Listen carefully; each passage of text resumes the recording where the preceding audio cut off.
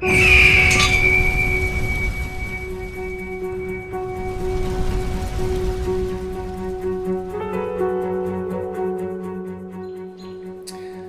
everyone, this is the Undying Nephilim, and in this video today I am going to show you the next faction that is being added into Hyrule Conquest. The first of the two provinces, Ordona province, which I've been working on these last few weeks, and they're mostly done. I mean, they're not balanced at the moment, but that process is going to be happening over the next few weeks. But all their features are pretty much done, so I can kind of show you all of their units and the kind of unique things that this faction has that other factions don't, and I think they've turned out a lot better than I could have ever hoped for.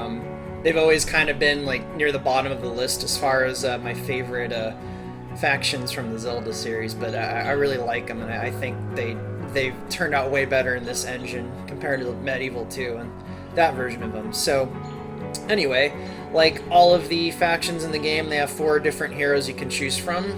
I'll go into more details about each of their heroes in a future video. I normally do 2 factions, and then I do a video that goes into detail about the heroes and the Titan unit. So I'll talk about these 4 heroes later, but for now I'll just pick Hylia, because she's probably... Actually, I might pick... whatever, I'll just pick Hylia, it doesn't matter.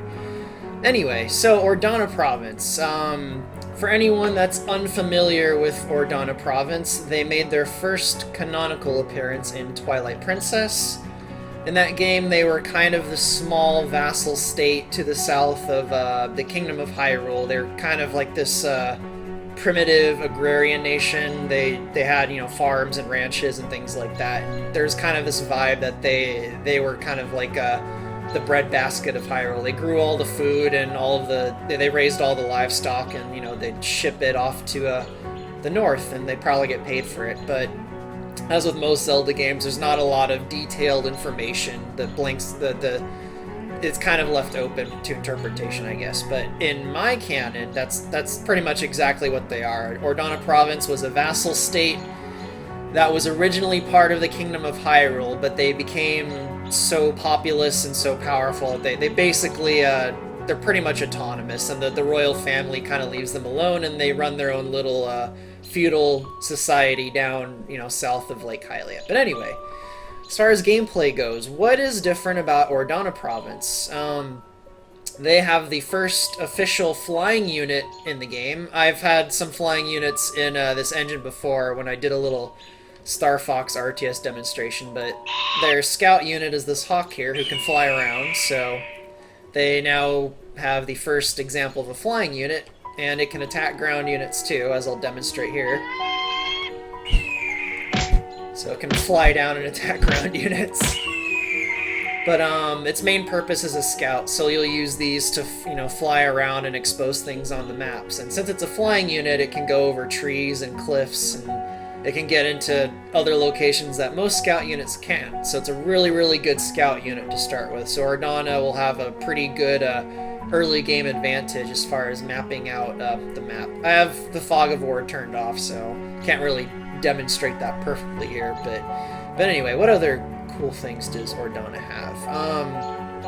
Another feature that Ordona has that will probably require them, they're probably going to need to go through several balancing patches because of this, but every single Ordonian unit, except for their mechanical units and their creatures like the hawk, every single unit of theirs can build buildings and gather resources. So every single one of their units, all of their soldiers, including their cavalry, are technically also workers, which means I can have, you know, their cavalry go gather food from a field, which I'll actually demonstrate now. Their heroes can gather too, so let me train Hylia really quick. Yes. So here's Hylia, one of their hero units. All of their heroes can gather resources. Yep. So I'll have her go gather from the bushes here. They'll get off of their horses to gather, so... Sure. Yeah, that's a really awesome advantage that they have. The catch is, other than their normal worker units, their soldiers are not really good workers, so they gather a lot slower, and they can't carry as much. So even though all of their guys can work, you're still going to want to train like their basic worker units to to gather resources because they're way better at it. The sort of advantage of all of their units being able to gather is when you have downtime and you're not attacking an enemy and your military is just kind of sitting around doing nothing, you can have them help your workers gather resources just so you can get a little extra boost. So I kind of see Ordona as a really economically powerful faction, which I think kind of reflects their both their canon and their canon appearance in Zelda, and also how they're portrayed in my version of Zelda, where they have all these awesome farms, all the timber they could ever want. They're just this really powerful economic nation, despite the fact that they lack good armor and weaponry and a professional military. But anyway, let's start building some stuff so I can show their units. I have instant build on, so everything will build pretty much instantly. So let me build the militia booth. And a ranch.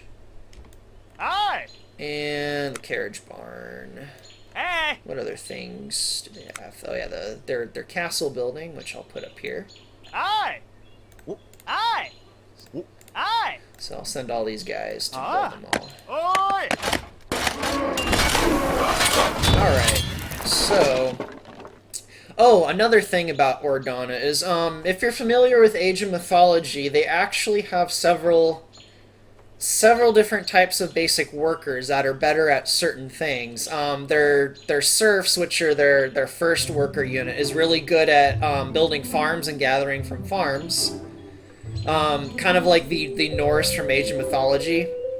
And then they also have a lumberjack unit right here, which is their second worker, which is much better at gathering wood than they are at like farming, food and stuff like that. So actually that kind of reminds me of the undead from Warcraft 3. The undead kind of had like a lumber gatherer that was separate from their normal worker unit. I think it was the ghoul. So I guess Ordona is kind of like that. They're kind of like the undead in that regard. So if you want to gather trees, you're going to want to make the lumberjacks to go after trees, and if you want to focus on farming, you'll want to make serfs to go after farms.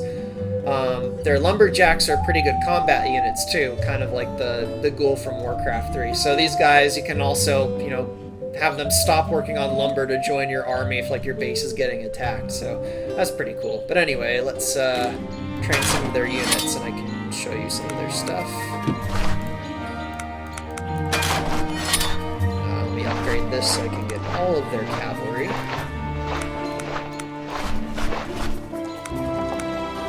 And I think their rangers are up here, yeah. Alright, so the main sort of, what's the word I'm looking for? The strength of the Ordonians is in their cavalry.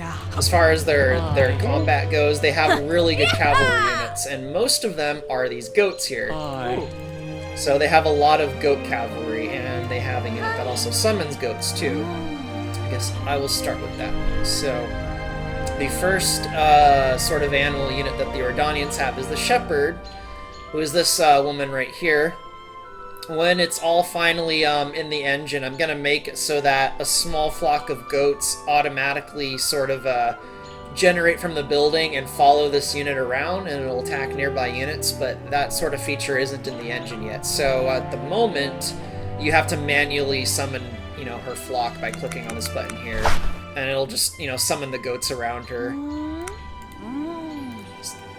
So she's got these little Ordonian goats that'll run off and attack enemies that get near. They're not very powerful, but a flock of them can give them kind of a number advantage, which I would definitely say, as a whole, Ordona province leans towards being a kind of a swarm faction. They have a lot of really cruddy, sort of weak units with really bad armor values and attack values because they basically wear just really simple armor and they have really crude weapons because they're just a bunch of farmers trying to defend their homeland. So they have really weak units, but they have they're really cheap and they have quite a bit of variety for a bunch of different situations, which is kind of an advantage. But anyway, that's the first sort of kind of cavalry unit. These are technically creature units right here, not cavalry units, but they're trained from the cavalry building. The shepherd, who can spawn the little goats here. And let's see, I guess I'll go into their goat units first, because their goat units have a really awesome ability. They have 2 goat units. The smaller one right here, which is the yeoman, who is armed with a spear. He is an anti-cavalry unit, so this little guy is good against fighting other cavalry units. So if the enemy sends a bunch of horses at you, you'll want a line of these guys to go against their horses. They're not very good against anything else, though, so these guys will actually probably get slaughtered by infantry, especially other spearmen. So this unit's really situational, but if you're going against another cavalry heavy faction like the Gerudo, or if you're doing a mirror match against another Ordona player, a lot of these guys will probably be pretty handy. And their second goat unit is the Billy Battler, which is their melee unit armed with an axe, and it's got a bit of armor on it too. I like the wacky kind of voiceovers that the Ordonians have. They just sound like a bunch of crazy farmers, but yeah, this guy is just sort of a basic melee unit. There's nothing too special in terms of its statistics or you know, its armor or attack damage. The special sort of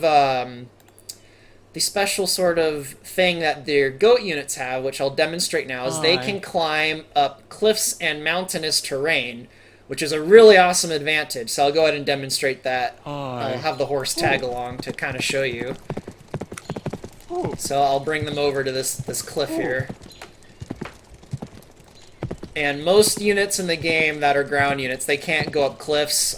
Some units will be able to climb, but most units can't climb cliffs. But the goat units that the Ordonians have can go up cliffs and get past barriers and into other areas that most units can't. So, as you can see here, the horse is stuck and the horse has to go around while the goats could just climb up the cliff and get over it. So, on really mountainous maps like Death Mountain, the Ordonians will have a really good kind of mobility advantage, where they could just send armies of goats up into the mountains and come down the other side into a base.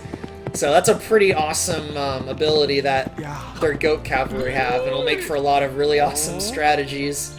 And likewise, they can go down cliffs too, whereas most cavalry have to go around, but it's pretty awesome. Actually, this incline's pretty steady here, I think. Normal cavalry could go up that, but yeah, they can go down this cliff here while most units have to go around. It's pretty awesome. So that is a really huge mobility advantage that the Ordonians have with their 2 cavalry units. Also, their normal goats here can go over cliffs too. At least I thought they could. I need to fix that, apparently. Oh, I know why they're not going up. Yeah, there they go. Now they can go up the cliff. Kind of like with the Zora, when you send Zoras in water, when you have a unit in formation, they won't go into the water. It's the same thing with the goats. If you have goats in a formation, they'll, for whatever reason, they'll go around the cliff instead of over it. The formations are kind of wonky in 0 AD right now. After watching some multiplayer matches, it was kind of recommended that when you're moving your armies across the map to keep them out of formation, and then when you engage an enemy in battle, then you switch them all into formation at the last moment, and that kind of lets you use the advantages of formations without all the pathfinding issues, because there seems to be some wonky pathfinding problems with formations right now. Like if you try to send a big army through like these trees here, a few of their units they'll kind of get stuck on the trees and not know what to do. There's a few little kinks that the 0 AD team should probably mess with the formations. They need a little bit of work. So, but anyway, Ordonian goats, they can go over cliffs and climb cliffs, which is awesome. Really, really awesome feature that kind of skyrockets these guys up my favorite list, because I love being able to just send masses of cavalry over cliffs. It's such a cool ability. But goats are not the only cavalry that Ordona has. Is Aylia's unique unit, actually. I won't go into detail about Aylia's unique unit until the hero video. So let me train their other one. Ordona has 1 horse unit, which is just called the Horseman, a very simplistic name. I think it's really fitting, though. This is the best sort of general cavalry unit in the game. It doesn't have the heavy armor of like the Kingdom of Hyrule's knights, but other than their heavy armor, they're probably the best single horse cavalry unit in the entire game. They're really fast. They're not quite as fast as Aylia's unique unit, but for just a mass trainable normal cavalry unit, they're very fast. They have decent stats, you know, they're pretty good at retreating, and they're able to trample, they'll have knockback once that's added into the engine, so they'll be able to run into enemy troops and push them back. So a really, really handy cavalry unit. They're actually a late game unit, though, so you need to, you know, fully upgrade, you know, their tech tree to get them. So they're kind of a sort of elite unit, even though you can kind of mass train them like a kind of like a generic unit, but they're really good. Once Ordona starts pumping these guys out, it's pretty much game over unless you have tons of spearmen. So you'll definitely want to try and get these guys. If you love cavalry, this is probably going to be like the best cavalry you can train in the game. So that is most of their normal cavalry units, other than the unique hero units, which again, I'll go into detail in another video. Aylia has the Rough Rider right here, which is a pretty awesome cavalry unit, and then Mayor Bo has another goat unit, which I can't train because I didn't choose him as my hero. But again, I'll show the heroes and their hero units in another video. So I guess I will move on to their infantry, which they only have 2 sort of infantry units. They have 3 if you're playing as Russell, but if you're not, they have 2 infantry units. One is the militia, which is basically their version of the Zergling. It's this really cheap, sort of mass-produced sword and shield armed unit. So they got a little bit of resistance to ranged attacks because of their shield. But otherwise, they're just they're cannon fodder. You can train them pretty early on, and you know, just send buttloads of them, you know, to fight off enemy units. They're not particularly special. They're not designed to be special. They're designed to just they're you know, they're kind of like the Zerglings from StarCraft. You just mass them until you're able to get some better stuff out. And then their second infantry unit is the Sergeant, which is sort of a spear variation of the militia. They're a little bit better than the militia, though. Their armor's slightly better, so they're a little more resistant to attacks. And because they have a spear, they're able to deal more damage to cavalry. So if your enemy's sending a bunch of cavalry and you haven't quite teched up enough to get, you know, their spearmen cavalry, you can mass these guys to hold off horses and other cavalry units and stuff like that. So that's a pretty decent early game unit. You'll probably want to cycle them out with the cavalry version, which is the yeomen down here.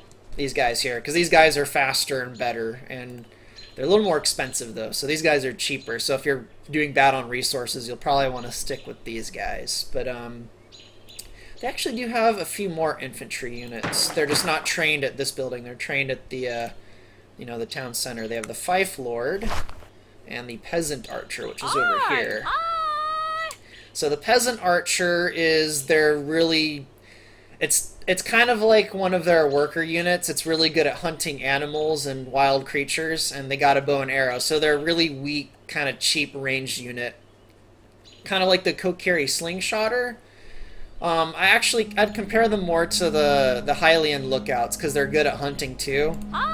So really early in the game, if you're playing on a map that doesn't have a lot of berry bushes and you haven't laid down farm yet, but there's lots of creatures, you'll want to, you know, focus on these workers. They'll be able to hunt down, you know, all the animals near your base and keep your food stocks going. But other than that, they're a very, very weak archer unit. You probably won't want to make too many of them unless you're really short on resources other than food. Then you can, you know, just spam a bunch of these because they only cost food, I think. And then the other sort of infantry unit that the Ordonians have is the Fife Lord, which is their commander unit. Like the commander units of other factions, it has an ability that, you know, it shows as the little ring here around him. All the other infantry within his radius, they perform a little better. I believe their attack speed is faster because of it. Let me look at the description. Yeah, their attack damage is a little bit better when they're within his circle here. So if you have this guy and a bunch of militia and sergeants, they'll do a little more damage than they would otherwise. So this guy's really good at helping your massed infantry. He doesn't affect cavalry units though, so as you start to switch over to cavalry units, you probably won't train too many of them. He's actually He's kind of like an early game commander unit. Most of the commander units for the other factions are late game units, but you can train him pretty early on because he's trained from the Civ Center. So that's kind of a unique thing, I guess. They're one of the only factions that has an early game commander unit, which is pretty cool. And that's it for their infantry. They technically have another infantry unit, which I guess I'll show here. It's trained at their fortress or castle building, and it's the Ordonian Ranger. Now this infantry unit is technically one of their late game elite units. Stealth and camouflage isn't in the engine yet, but when it is, these guys will be able to become invisible when they're standing still. So they're really, really good at sneaking around, but they're a very powerful unit too. They're armed with this crossbow here. They'll have the ability to negate armor, so they're armor piercing. So they're a very sort of stealthy, high damage kind of glass cannon unit that you can train late in the game. And they're really good when they're garrisoned inside buildings too. So if your base is being attacked, you can garrison a bunch of them on the fortress here to attack enemies, which is pretty awesome. So pretty useful unit for Ordona. Ordona doesn't have a lot of like really powerful elite units, so it's pretty good that this is probably one of their only ones and probably their best one. You'll definitely want quite a few of these in your army if you manage to last long enough where the game goes on that long. So I like these ladies. They're pretty good. And they'll be even better when, camouflage and stealth is in the engine, when they can become invisible. That'll make them pretty darn awesome. So, what other things do they have? They've got their siege weapons. And technically, they have another cavalry unit here, which I'll start with first. The War Wagon. It is both a siege weapon, sort of, and a cavalry. I guess it's kind of like a transport unit, sort of. The unit I compare it to most is the Salamander Wagon that the Gorons have. Basically, you garrison a bunch of ranged units inside of it, and they can all attack out of the side, which I guess I'll go ahead and demonstrate. So it's this kind of wagon that dramatically boosts the armor of everything inside of it. So if you have 4 or 5 of these, you can just load them up with archers. Or you could load them up with infantry too, and then, just rush them into an enemy base and then drop all of the infantry off in the base and then quickly rush these guys back to your own base. Because they have pretty durable armor, but they can't attack by themselves, so you'll need to micromanage them and have them run around while the ranged units attack out of the back. I'll go ahead and demonstrate that now. I'll put the little archers inside. I'll have them garrison. While they're going to do that, I'll show their other 2 units.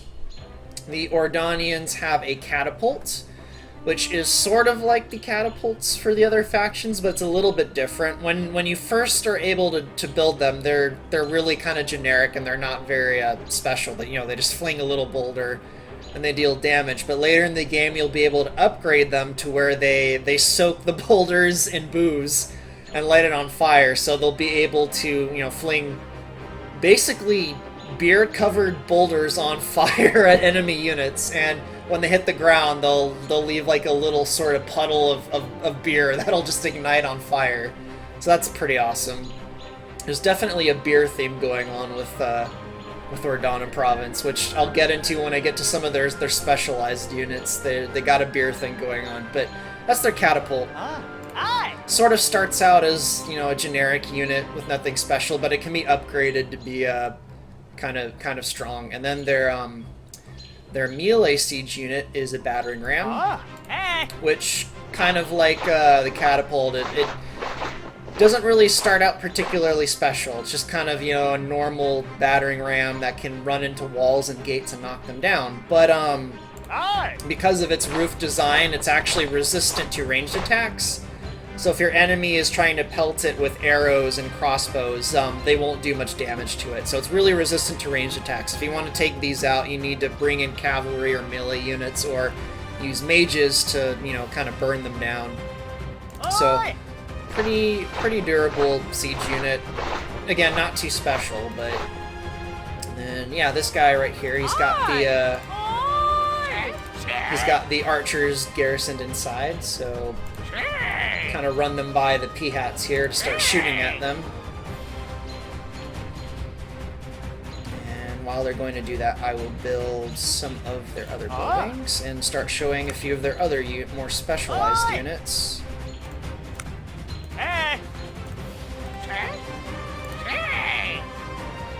You guys go off to attack those P-hats.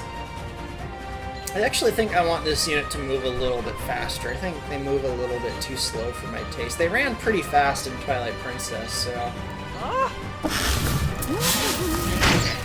So yeah, there they go. They're attacking the P-hats from the back of the carriage there.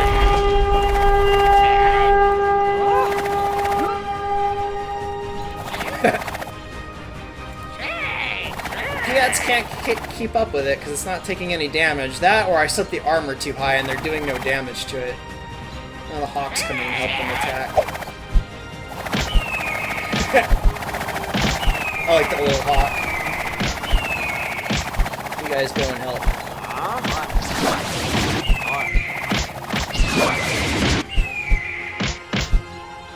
I think the P-hat mother just decided to give up there. She's just sitting there. I wonder why.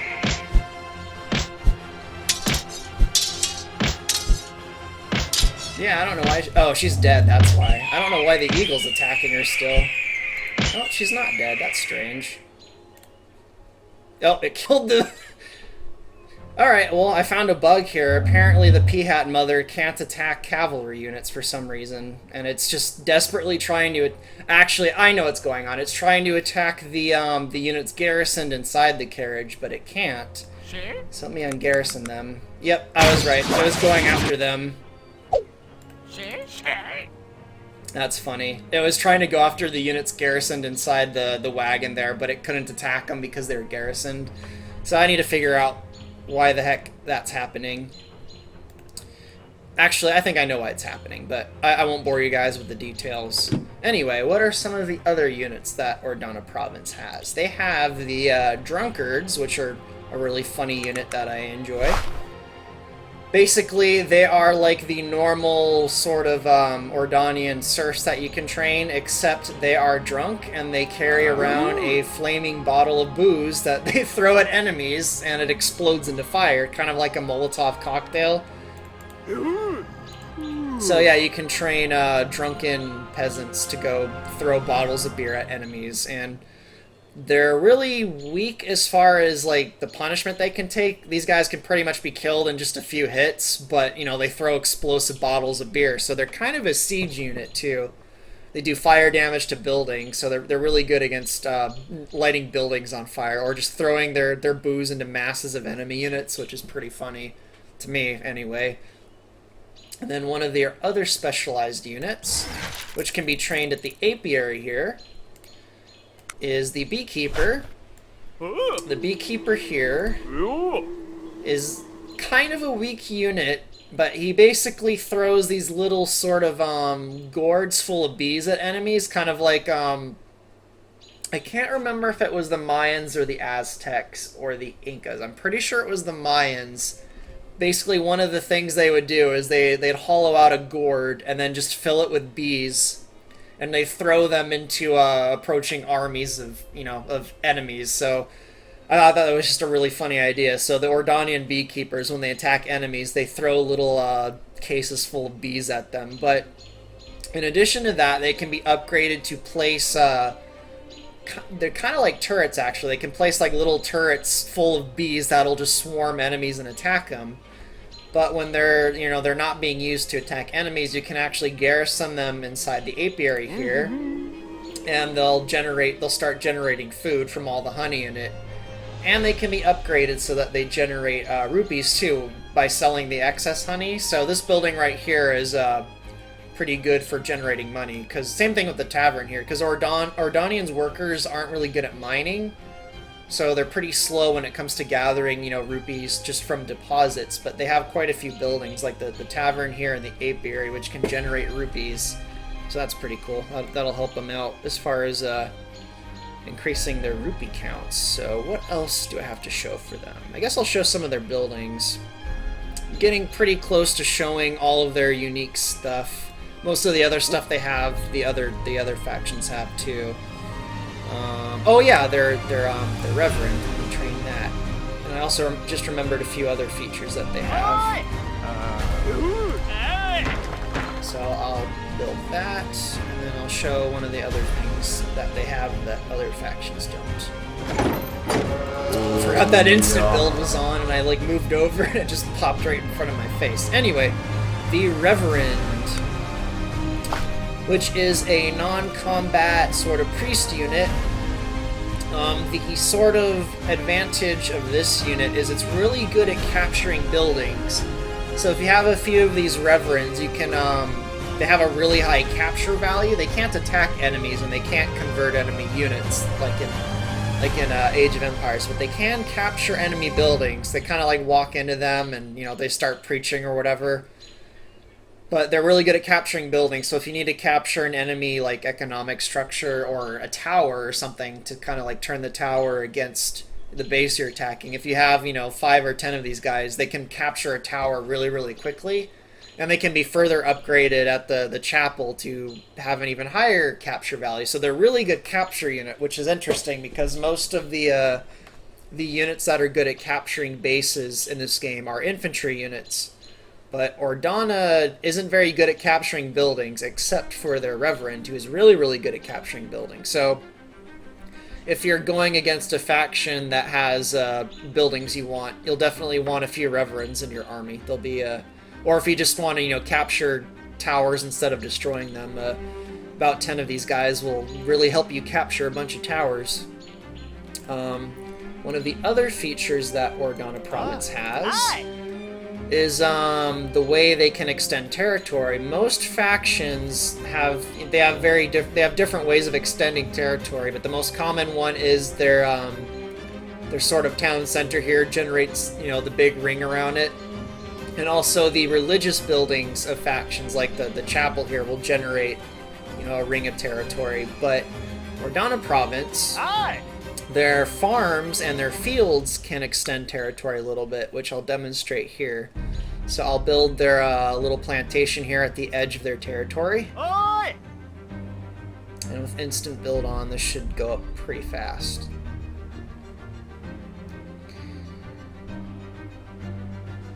So there we go. So their plantations here, which is their drop-off point for food, generates a little ring of territory. So when you start out a match and you don't have a lot of room to build your base, you can build this at the edge of your territory, and then you can build their fields, which also slightly extend territory. You can build the fields here.